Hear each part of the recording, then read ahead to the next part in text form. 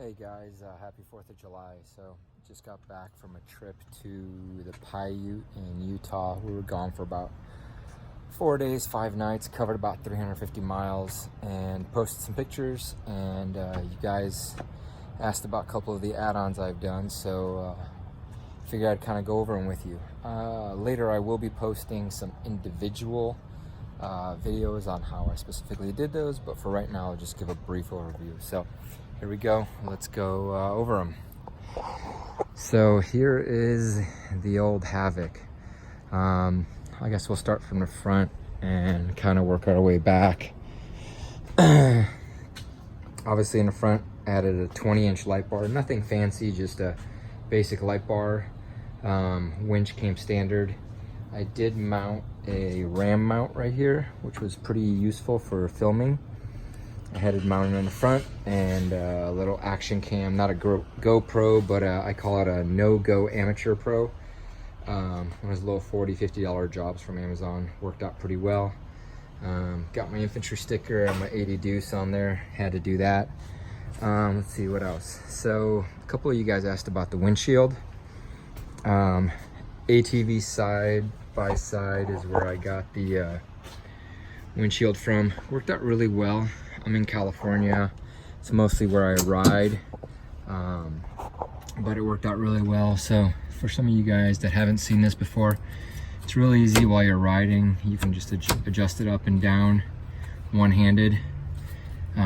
It's got 2 on the top and 2 on the bottom. The bottom ones work real well, keeps the wind out, and on those cold days when I run it open, I just kind of stuff a rag in there.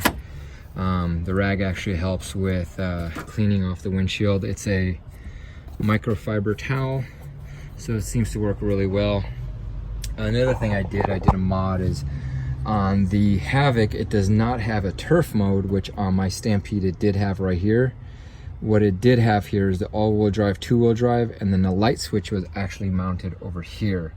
What I did is I rerouted it, extended the cables, and mounted my turn signal or my headlights right here, my all-wheel drive right here, so that's off to the side.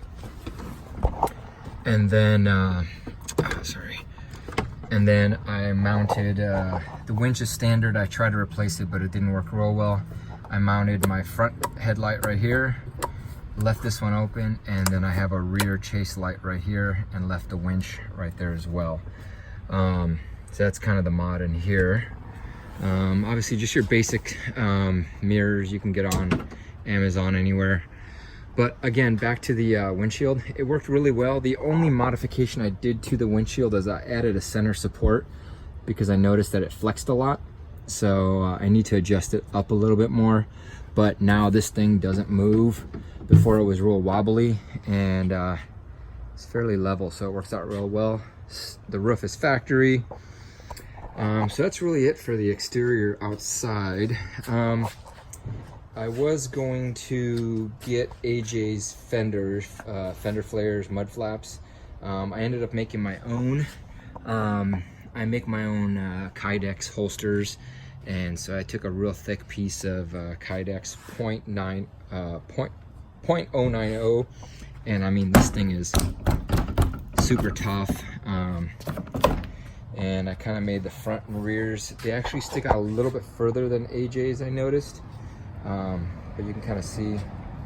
My original design plan was for it to come out to here and also down to here, because I noticed it did sling up some mud, but I wrapped it all the way to the end and then I curved it down a little bit. So there's a side profile, you can kind of see it, and then there's the top. So that's that. What else? Inside, what did I do inside? Oops, sorry about that. What else did I do inside? Added these stupid grab bars, but they're really not that great. One thing on this windshield is that it has a real easy quick release clamp right here, and that's it to take it off. And then you just lock them up. So in the summer I can pull them off real easy. I added another ram mount right here. These screws were a pain in the butt to get in. I had to do it from the outside. But I have my tablet that I use for my navigation, and it works out real well. That's my registration, pardon that. So I just have my GPS tablet mounted right here. I download the maps ahead of time and it works anywhere off of airplane mode. Tracks me real well. So that's another mod. The other mod I did is I did the Boss radio. It was an $85 job, not too bad, I guess. Another piece of Kydex. Works pretty well, although connection's kind of a pain in the ass. It doesn't want to connect on Bluetooth quite as well as it should, or it does connect, but the speakers don't connect. It's kind of funky. I keep having to play with it. I noticed that if I have it in just the on position, then connect, and then start it, it works better than normal. So who knows, might be a glitch, but that's what I got. Here are my Rockwell speakers. They're just the 6-inch. I mounted them at an angle right here. Get them out of the way. Doesn't hit my helmet. It frees up the space. Originally I had them back here. I didn't like them, so I just kind of tucked them up into it, and it barely touches the roof. Rocky Mountain ATV jack on their mount. I just have it tucked up into the roof. Works out real well right there. There's the other speaker. Rocky Mountain ATV fire extinguisher mount, and then that's a basic mount from, or basic fire extinguisher from Costco. Mounted perfectly. I just wrapped it in electrical tape so it doesn't, I don't have all the exposed metal from there. Big purchase, made a big difference, was these seats. I got these from, they're almost like the PRP seats, but not. I got them on clearance for $100 a piece, so huge difference. Put in these harnesses. I was real hesitant to put in the harness originally because I thought I'd be in and out of the seat a lot, and I thought the seatbelt would be easier, but it turns out that the harness is much easier to get in and out of. I got the 4-point harness, so literally it's a auto buckle, and all I do in them out. It's real easy, makes it buckling real easy. I did do the bypass on the seatbelt. It was real easy again, and then I have them mounted right there. Real simple. I'll do a review on the seats on how I mounted them and the bracketry. And then I actually did take out the original seatbelt, and then there was a brace that went from here to here. I took that off. There was really serving no purpose there. I don't think it adds, it's thinner steel. It doesn't really add any protection or any structural support. So it actually freed up a lot of space. I haven't done it yet, but I'm debating on cutting this off. I'm not sure if I want to do that yet. That's a commitment, but that's what I got. You can't tell right there, but I have a chase light. Unfortunately, when I mounted the roof rack, which I'll go into next, it blocks it, especially when I have stuff on top of the rack. So what I'm actually thinking about doing is mounting the roof rack, or the chase light, down here across the back. So even if I do have stuff right there, you'll be able to see the chase light. So that's kind of that. Just in the back here, I got a basic hitch, whatever, tow hook, nothing fancy. Mounted my not license plate but registration to a little piece of steel I found, and cut it to shape and painted it, along with the rear bumper. That's actually not factory paint. I forgot who shared that link earlier, but it's the Rust-Oleum paint. It's pretty close to factory match. Again, there's the mud flaps. There's the view of the fire extinguisher. It works really well. I just pull the pin and it comes out. It doesn't rattle. It rattles a little bit. Sorry about that. It rattles a little bit, but what I did is I have it mounted right there, and I don't know if you can kind of see, but I took a piece of foam and just taped it right there. You can see where it kind of rubbed it a little red, but it just sits right up against there, and it's fairly quiet. Didn't make any noise at all. While I was out on the trail, it worked out real well. So that's that. What's another thing here? Added these are on my Stampede as well. I bought another set for my Havoc after I sold it. Again, these are perfect for little cubbies. Have not done the parking brake mount yet, but that's next. I think that's it in here. moving back, this was my big add-on, but before that, I was really looking for attachment points. I didn't want to spring for Textron's stupid little clamps that mount to the bed. So what I did is I came up with my own. I put a piece of flat steel, 2 inches, and I cut it to shape, kind of shaped it a little bit. And I'll show you in a second when I open it up. I just took off the mounting points on the bottom, the little piece of steel where it would hook into normally. Took those off, saved it for if I ever get rid of it, and then just use eyelets. They're about 2 inches long with a washer underneath it, mounted it, and this thing is solid. I mean, I'm shaking it right now and you can see it's not going anywhere.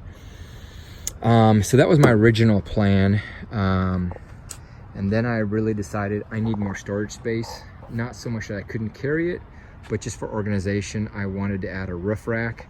And I didn't want to do as extensive of a welding complete roof like I did on my Stampede. I want to make this a little bit more modular. So what I did is, and I didn't want to redo this whole entire piece, so I took it off. You can't really tell, and I'll go into a review. It's not the greatest job, but I welded on another piece of plate. I welded all around it, drilled holes in it, and then welded through those as well for more contact points. Welded all the way around it. I drilled it and then I tapped it. So this, in actuality, these 2 pieces are the thread for the 4 points over there and over there. And then I just put 1-inch bolt through it. I tapped it to that thread, and I mean, this thing's not going anywhere. Those have 350 plus miles plus 900 miles of towing behind it, fully loaded with about, I don't know, I think I had about 80 pounds up there. And it didn't move. None of the bolts came loose, so it worked out real perfect. And again, these things work real well. So what I did on here is I just took a piece of round tube that I had, and I built this whole rack in a weekend. It's kind of janky. I had to use square tube, round tube, square tube, round tube, square tube, because that's what I had left. I'm actually going to be redoing this top section, but round tube. This is just angle iron that I welded a little plate to. So 3 sides of angle iron, real simple. And then I just put some cross beams right here of square, but you know, as you can tell, it's not the most sturdy. You know, for putting 60 to 100 pounds on there, it's fine. I originally had a spare tire on there, but with the tire and everything else, it just moved around too much since it's only bolted to the bed. So I decided to just put like lighter stuff on there, and I think I had, like I said, about 60 to 80 pounds on there, and it worked out fine. But I will be cutting this off here and redoing the top a little bit sturdier. I did weld on anchor points, you can see up there as well. But again, it worked out for the purposes real well. I got these mounts on eBay for $9. Oh, no, I'm sorry, not eBay, Bass Pro Shop. And they're great for a axe or a shovel, whatever you want to mount on there. These things worked out perfect. It didn't move. I towed it there with the axe on there, which was 450 miles each way. And then we drove off-road for 350 miles, and those things didn't move. So it worked out real well. What else? And then I had my toolbox back here. This is an old toolbox I actually had on an ATV back in 05. This is just screwed into this piece of wood that I coated. And then I had these jerry can boxes that I bolted to the wood as well. And then when I open this up, I'll kind of show you how I had it mounted. So this is permanently mounted in there. Well, semi-permanently. I just have cotter pins right here. I put a little foam right here, as well as back there to keep it tight. But it works real well. I just pulled the pin, pulled this off. I carried 10 gallons of fuel plus the 10 gallons in side by side, and it worked out perfect. So let me tip it forward so you can kind of see it. Still tips just fine. You can kind of see right here. Worked out perfectly. This is how I had it the whole time. Obviously I didn't tip it very much or at all, but for service wise, oh, almost forgot. I put these eyelets on here. I did have to move them out because I had a cooler right here, so I needed a little bit more space. But what I did is I mounted, you kind of see back there are the bolts. So there's that right there, and then there's a couple underneath here. So this mounts here. Oh, there it is right there. And then the other ones mounted right there. I just drilled through there, used an existing hole. Everything worked out perfect. There's the mounts for the eyelets. That worked out real well. And then to mount this original plate on here, which is how this whole roof rack is mounted with those 4 eyelets right there. All you have to do is loosen that screw, loosen that screw, and then you have one right here, one right there, and then one right there. And then this whole piece right here just kind of snaps off. There's little lockers in there, but they come off real easy, and this whole piece comes off. So then you have full access to, I don't know if you can kind of see it back there. Let's see here, where's that? Hold on, there we go. You can kind of see the eyelet that I have right there. So you can have full access to that whole area right here. So that's kind of it. Performance wise, this thing ran phenomenally. No issues. These tires do suck. Pretty much brand new tires. I put 350 miles on them, and you know, it didn't wear at all. A couple disappointing things is they push a lot in the hard pack gravelish area. They push real bad forward. You know, no flats, anything like that. The suspension I left 100% stock. I think they're dialed right in the middle setting, but kind of disappointing. These tires measure from ground to top 26 3/4, which really sucks because they're not even true 27s, and it's a 28-inch tires. My buddy that went along with me on his Arctic Cat Trail has 27 by 9.5 Tusk terabytes all the way around, kind of similar to the Sedona, what the heck is it, kind of like the all-terrain tire, and his measured 27 1/4, or 27 on the dot, and they're 27, so kind of disappointed about that. Come on, Cooper. Here's my little buddy. Come on, Bubba, let's go. Come on, let's go in the back. So his measure a true 27, while mine are 28s, and they don't even measure 27, and his are 27s and measure true 27. So I'm gonna be pulling these off very shortly, probably within a couple weeks. Probably ordering them next weekend. And I decided really to go with the Sedona Ripsaws. They're a true 28-inch tire. May actually push the suspension a couple rings down. Obviously you can see I have a lot of adjustment opportunity. They're dialed right in the middle. No real changes to the setting. I got plenty of space here. You can see on here I got plenty of room to adjust. But I think that's it, guys. That's it. So if you guys have any questions, I'll post this. It's an 18-minute video, so bear with me on it. I think I'm actually going to post the YouTube link to this video so you guys don't get inundated on Facebook. But that's it. Yeah, man, I had a great time in the Paiute. 350 miles, elevation from about 3,000 feet up to 10.5. We still got snowed. Some of the trails were still snowed in July 20th, so we couldn't do all of it. We were about 40 miles shy of doing the whole Main Trail 1 loop, but it was real cool. We saw a lot of different rigs. One thing that really amazed me was the Pioneer 1000. It literally sounded like a hybrid vehicle. Had a little rumble to it, but it was super quiet. So maybe looking at either pulling this guy or adding on another muffler to it, cutting here, shortening that, and putting another muffler behind it to quiet it out for hunting season. Not that I plan on sneaking up on animals, but I also would not like to spook them 2 miles away while I'm rolling in. So that's it. If you have any questions, give me a holler, shoot me a PM, or leave a comment.